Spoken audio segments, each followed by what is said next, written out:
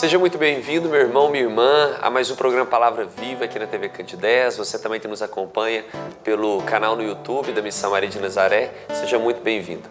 Iniciemos o programa em nome do Pai, do Filho e do Espírito Santo. Amém. Vinde, Espírito Santo, enchei os corações dos vossos fiéis e acendei neles o fogo do vosso amor. Enviai vosso Espírito e tudo será criado e renovareis a face da terra. Oremos. Ó Deus, que instruíste os corações dos vossos fiéis com a luz do Espírito Santo, fazei que apreciemos retamente todas as coisas, segundo o mesmo Espírito, e gozemos sempre da sua consolação, por Cristo, Senhor nosso. Amém.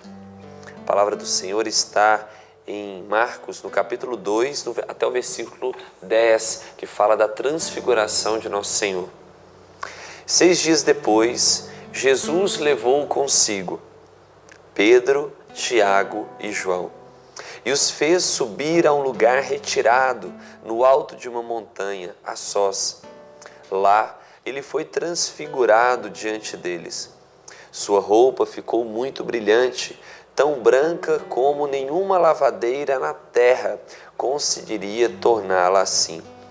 Apareceram-lhes Elias e Moisés, conversando com Jesus. Pedro então tomou a palavra e disse a Jesus: Rabi, é bom ficarmos aqui. Vamos fazer 3 tendas, uma para ti, outra para Moisés e outra para Elias. Na realidade, não sabia o que devia falar, pois eles estavam tomados de medo. Desceu então uma nuvem, cobrindo-os com uma sombra, e da nuvem saiu uma voz: Este é o meu filho amado, escutai-o.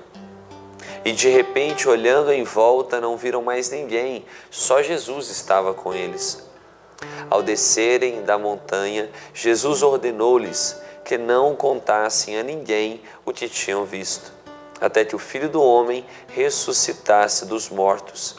Eles ficaram pensando nesta palavra e discutiam entre si o que significaria esse ressuscitar dos mortos. Palavra da salvação, glória a vós, Senhor.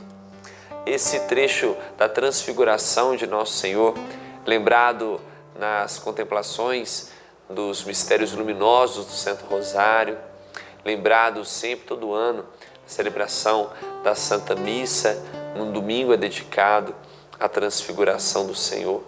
É uma festa, na verdade, é uma ocasião de grande gratidão a Deus, a manifestação de Jesus ali naquele monte, na presença dos seus 3 apóstolos, Pedro, Tiago e João. A transfiguração do Senhor nos revela algo muito importante, que é como se fosse um anúncio do ressuscitado. Onde nós vemos este anúncio? Primeiro, quando Jesus se transfigura ali, tem as vestes brancas, límpidas, né, como diz o evangelista, cuja nenhuma lavadeira do mundo pudesse torná-la, alvejá-la e torná-la tão branca. Ali está a figura do ressuscitado. É como se fosse um anúncio do que iria acontecer. Prova disso é o que Jesus diz no final do Evangelho. Ao descerem da montanha, Jesus ordenou-lhes que não contassem a ninguém o que tinham visto, até que o Filho do Homem ressuscitasse dos mortos. Ou seja, este anúncio da ressurreição que ele oportunizou apenas aqueles 3 escolhidos. Era um sinal daquilo que viria a acontecer após a sua paixão e morte. Agora, alguns elementos importantes da transfiguração do Senhor que nós precisamos entender. Primeiro, que quando Jesus se transfigura diante dos 3, aparece ao lado de Jesus 2 figuras importantíssimas do Antigo Testamento. Uma é Elias e outra Moisés. Elias representa, porque ali quando aparece Elias, não é só a pessoa de Elias ou o que ele fez, mas ali Elias representa todos os profetas do Antigo Testamento.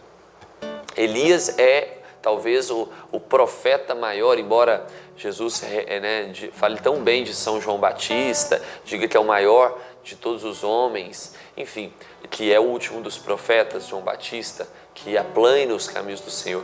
Mas sem dúvida nenhuma, no Antigo Testamento, ao povo judeu, Elias é a figura do grande profeta. O profeta que derrubou os seguidores de Baal, o profeta que fez descer fogo do céu, o profeta que deixou uma porção dobrada de seu espírito sobre Eliseu, o grande profeta, o grande arrebatado, como diz a palavra, ao céu. Então, uma carruagem de fogo, imagine só como era a visão do povo judeu a Elias, um grande homem, um grande profeta, por isso ali representado. Moisés representa a lei. Moisés representa aquele que do próprio Deus trouxe ao povo as tábuas da lei, os 10 mandamentos, ou seja, Moisés representa os preceitos, a lei daquele povo. Então, de um lado os profetas, de um lado os reis. E é interessante que lá em Mateus capítulo 5, se eu não me engano, versículo 17, Jesus diz: eu não vim abolir a lei e nem os profetas, mas vim levá-los à perfeição. O dia da transfiguração revela, então, como que num testemunho místico que aqueles apóstolos presenciaram, a lei na figura de Moisés, os profetas na figura de Elias, estavam ali, um a cada lado, meio que como se fossem 2 colunas a sustentar o Cristo. Colunas estas que depois foram substituídas por Pedro, que representa a lei, a ordem, a hierarquia, e Paulo, que representa o profetismo, que representa aquele que anuncia a palavra. Então nós precisamos entender que aqui também está o anúncio da igreja nascente. É como se um anúncio da igreja que seria fundada pelo próprio Cristo, que é alicerçada por 2 colunas, Pedro e Paulo, mas que a fé do povo, a tradição do povo judeu, tinha como base a lei em Moisés e o profetismo em Elias. Por isso Jesus não veio abolir, mas levar à perfeição. Prova disso também são a escolha de 12 apóstolos. Por que Jesus escolhe 12 apóstolos? Justamente porque o povo de Deus é formado por 12 tribos. Enfim, Jesus não veio para abolir, para dizer que estava tudo errado, para começar de novo, não. Jesus veio para levar a plenitude e a perfeição.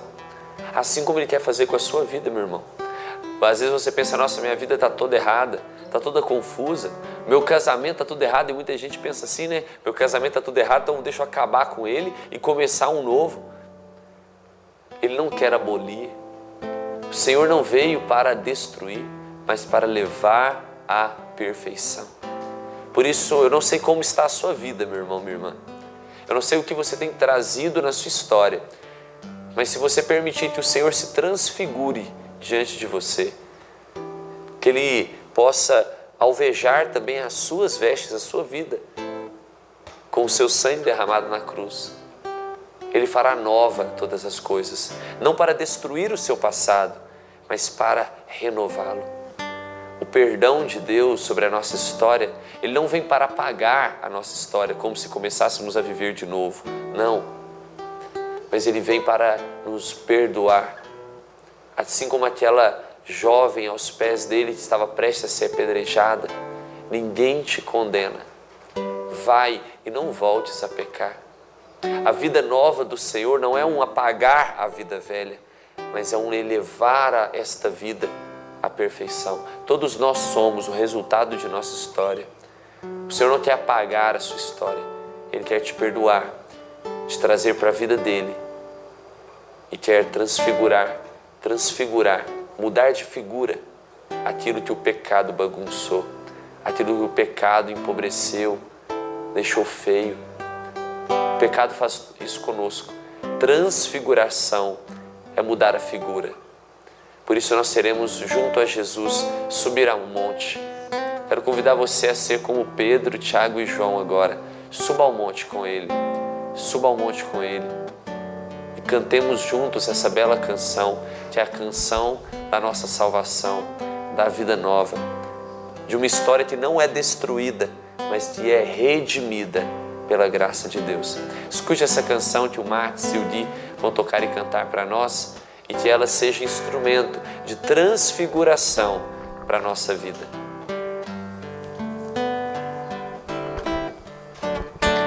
Mestre, bom estarmos aqui, reunidos bem perto de Ti, no silêncio e na paz.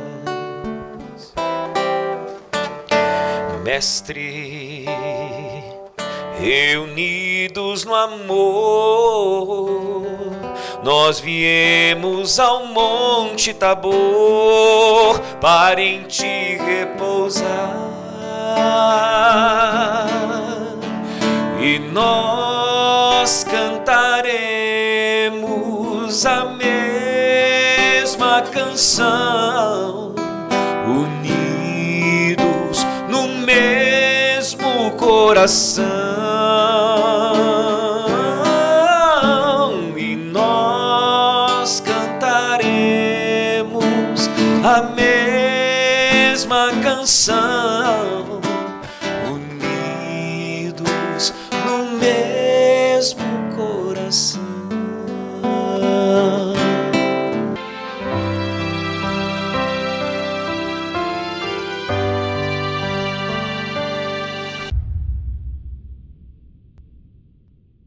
Olá pessoal, tudo bem com vocês? Quem fala aqui é o Fernando Gomes, membro da comunidade Presença e também líder do projeto Amor Autêntico. Eu vim aqui comunicar para você que está chegando o nosso Decor Minas, que é um encontro, um evento sobre a teologia do corpo de São João Paulo II, com a presença do pregador americano Christopher West, e eu também estarei presente dando uma contribuição também no sábado, juntamente com a minha equipe do projeto Amor Autêntico. Então anota na sua agenda aí, 15 e 16 de setembro, Decor Minas, nós vamos estar juntos lá. Um grande abraço.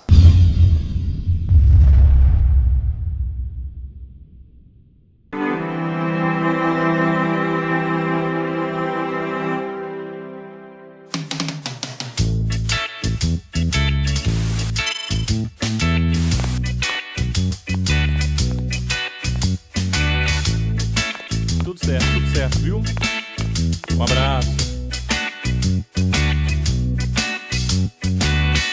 Zé, hoje eu tenho uma reunião com aquele padrinho, ganhar aquele presentinho, aquela mala pesada. Não foi pra isso que eu te coloquei aqui. Relaxa, Zé. Você não me colocou aqui? Agora confia em mim.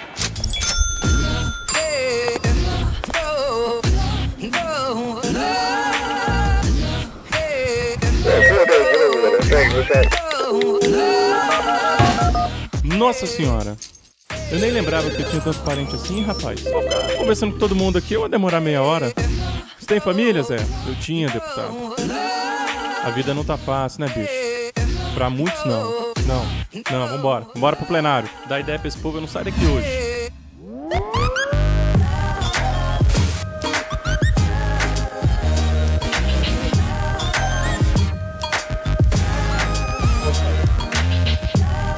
Ô Zé, beleza? Pelo jeito você tá com esse aí, né? É. Não desanima não, Zé. Tem gente fazendo coisa boa por aí. Ou querendo, pelo menos. Tem que procurar e apoiar. Lembra disso. Senão vai ficar mais 4 anos nessa aí, ó. Tendo que aguentar. Nossa, bora!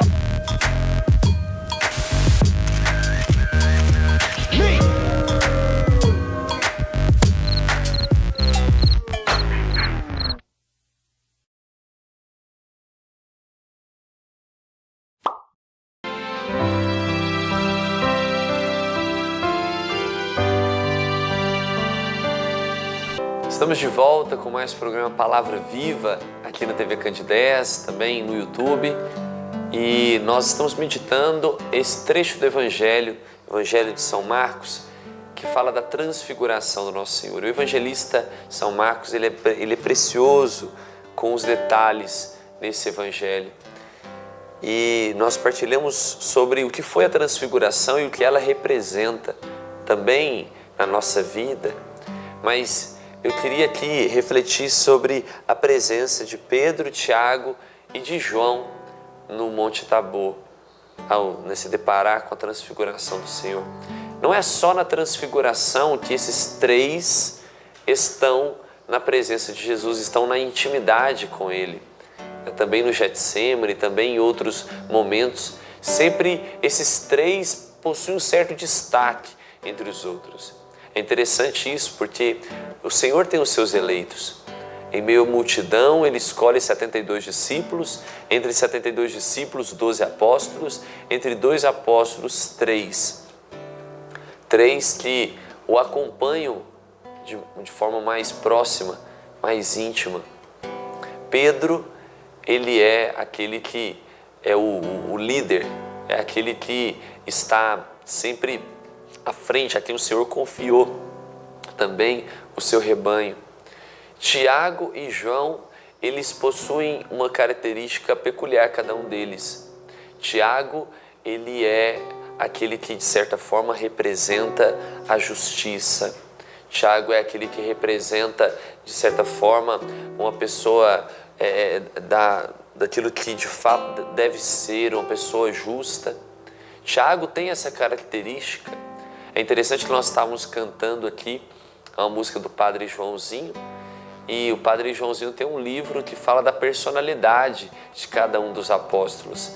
E ao falar de Tiago e João, ele diz isso, que Tiago, ele era o exemplo de justiça, o exemplo de vida reta, o exemplo de alguém que vive de uma forma correta. E João é um exemplo de misericórdia, discípulo amado. Há um salmo que eu particularmente gosto muito, que diz o seguinte, que, fazendo uma espécie de profecia, de que a justiça e a paz se abraçarão, que a verdade e o amor se completarão. Às vezes nós temos a visão de um Jesus, quando nós estamos falando aqui do Cristo transfigurado, então é importante ter a clareza de quem é o Cristo. Às vezes nós temos a visão de um Cristo juiz, severo, firme nas suas decisões. Há pessoas que às vezes até se comportam com este olhar diante das pessoas, que busca justiça acima de tudo. Mas às vezes também nós nos deparamos com um Cristo puramente misericórdia, com um Cristo bondoso, um Cristo que perdoa tudo. E aquela imagem do Cristo Pantocrátor, do Cristo fiel, ela é a imagem do Cristo inteiro, porque metade da sua face mostra o semblante de um juiz e a outra metade o semblante de um Pai misericordioso. Jesus é este que traz em si a integralidade dessas duas realidades, assim como está em Tiago a figura da justiça, assim como está em João a figura da misericórdia, a verdade e o amor, a justiça, a paz, a misericórdia. Essas coisas precisam ficar claras para nós. Jesus, ao se transfigurar, ele demonstra esse ser humano perfeito, integral, completo. Mas muitas vezes nós somos levados a ser inclinado mais para um lado ou ser inclinado mais para outro lado. Às vezes nós somos o cristão bonzinho, ou às vezes nós somos um cristão severo. E o correto é o que está no meio. A verdade e o amor se abraçarão, a justiça e a paz se unirão. Aqui está a realidade desses três apóstolos. Pedro aqui, enquanto líder, é o centro, e essas duas personalidades, então, se unem a uma realidade que precisa ser a da igreja. A igreja precisa trazer consigo, assim como Pedro trazia consigo Tiago e João, a igreja que somos nós, precisa trazer consigo a justiça e a paz, a verdade e o amor. Nós vemos isso, é muito comum a gente ver pessoas que são muito da verdade e nem tanto do amor, da misericórdia, outros que são só misericórdia e menos verdade. Precisamos então ter clareza da união dessas realidades, para trazermos no nosso semblante a figura do Cristo perfeito, fiel a Deus, do Cristo transfigurado. E agora eu quero convidar você a rezar, meu irmão, e Eu te pergunto nessa oração, faça agora um exame de consciência, uma análise consigo mesmo. Você tem sido, diante das pessoas, uma pessoa mais amorosa, uma pessoa que procura amar, que procura ser misericordioso? Ou você tem sido uma pessoa que às vezes é mais preocupado com a verdade, com o rigor, com a letra, com a lei, enfim. Uma coisa completa a outra. E nós às vezes buscamos extremos, mas a virtude está no meio, como vai dizer São Tomás, no termo médio.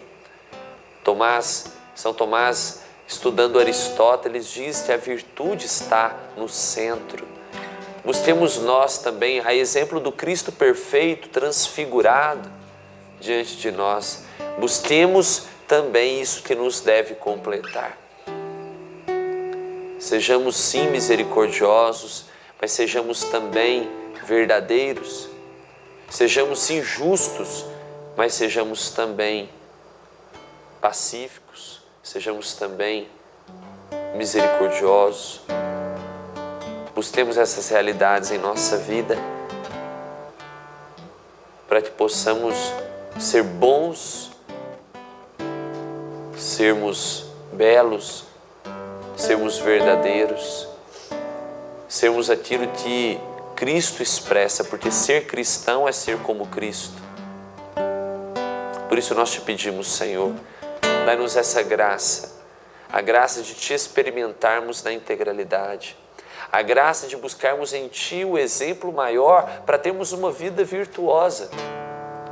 Nós teremos hoje te pedir essa graça, a graça da virtude, a graça de sermos grandes homens ou grandes mulheres que buscam o Senhor acima de todas as coisas. Vamos ouvir essa canção mais uma vez, que ela seja o nosso canto nesse dia e que possamos juntos subir com Jesus ao Monte Tabor e experimentarmos com Ele aquilo que devemos buscar em nossa vida. Mestre, ao sairmos daqui,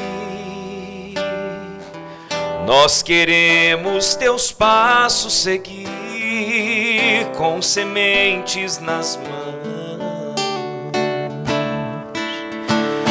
Mestre, nós queremos plantar o teu reino em todo lugar e crescer como irmãos.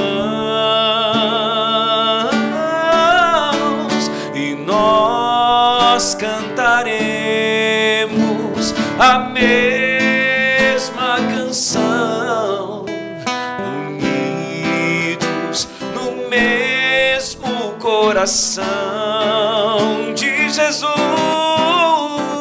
E nós cantaremos a mesma canção, unidos no mesmo coração. Peçamos ao Pai do céu que nos abençoe, nos dê a graça não só do pão de cada dia material, mas o pão da graça, o pão de sermos cada dia mais semelhantes a Jesus, o pão da Eucaristia, que nos torna a cada dia mais semelhantes a Ele. Pai nosso que estais no céu, santificado seja o vosso nome. Venha a nós o vosso reino, seja feita a vossa vontade, assim na terra como no céu. O pão nosso de cada dia nos dai hoje. Perdoai as nossas ofensas, assim como nós perdoamos a quem nos tem ofendido. E não nos deixeis cair em tentação, mas livrai-nos do mal. Amém. Amém. Então nós queremos encerrar esse programa louvando a Deus pela sua presença, pela sua fidelidade aqui conosco. Pedimos que você possa divulgar o programa Palavra Viva ao máximo de pessoas possíveis para que também sejam alcançados pela palavra de salvação do Senhor Jesus. Quero também divulgar aqui para vocês o nosso evento grandioso desse ano, Todo ano a Missão Maria de Nazaré tem um grande evento, e o nosso grande evento esse ano é a presença do Christopher West, o pregador americano da Teologia do Corpo, estará conosco no Instituto Sagrado Coração. Nos dias 15 e 16 nós teremos esse evento. Dia 16 teremos um dia inteiro com ele, né? No dia 15 com vários palestrantes do Brasil todo. Por isso, sua presença para nós será muito valiosa, tá bom? Deus abençoe você, faça sua inscrição, mariadenazaré.com/decorminas, vai lá e participa conosco desse grande evento, tá bom? Deus abençoe você, a sua casa e continue nos acompanhando a Missão Maria de Nazaré. Estivemos e permaneceremos sempre unidos, em nome do Pai, do Filho e do Espírito Santo. Amém.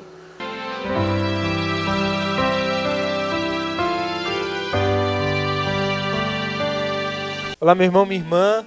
É com muita alegria que nós lançamos o nosso Apoia-se. O Apoia-se é uma plataforma digital de apoio a algum projeto ou a alguém que você queira apoiar. Então nós estendemos a mão a você para você nos apoiar.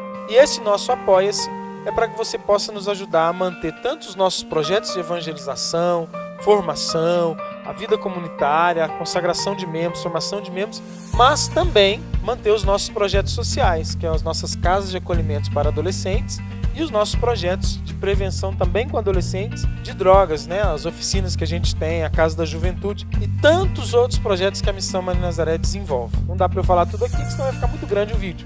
Mas entre no nosso site, mariadenazaré.com, conheça a nossa comunidade, você que já nos conhece, você que já acompanha a gente aí, tanto pela internet quanto nos nossos eventos, nos apoia, através do Apoia-se. Estendemos a mão a você e pedimos a sua ajuda. Deus lhe pague. Muito obrigado.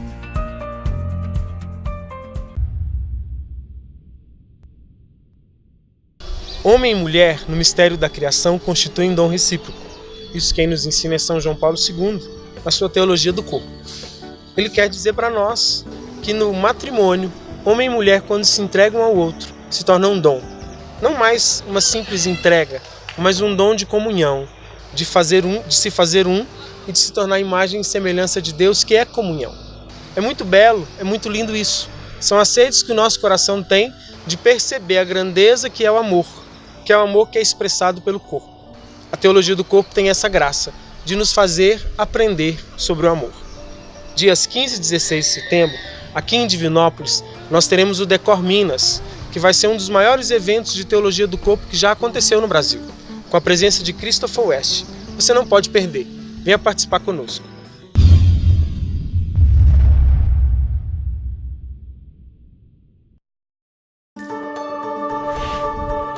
Fé, amor e perseverança, tudo que eu vivi. E a gente via que assim, que só o grupo não supria aquilo que era o trabalho que a gente fazia, que tinha que ter algo mais, né? O dia que o Eduardo falou da missão e falou a metodologia deles é gerar vida, aí eu pensei, não, aqui tá funcionando direitinho. E para a pessoa ajudar, né, tem que ter amor, né, e humildade. A partir do momento que eu percebo que eu sou limitado, que eu não dou conta, e que não existe ninguém que consegue nada sozinho, né? Pode conseguir várias coisas, mas tudo ninguém consegue sozinho. Eu percebo que eu preciso ajudar. Eu acho que a vontade de ajudar nasce dessa essência que tem que estar no coração das pessoas, assim, né? Eu não consigo. Então eu tenho que partilhar, eu tenho que ajudar, eu tenho que fazer pelo outro, porque eu também vou precisar que faça por outro. Eu mesmo já olhei para vários meninos aqui e pensei, isso aí não tem como, porque o nosso humano, mas para Deus nada é impossível.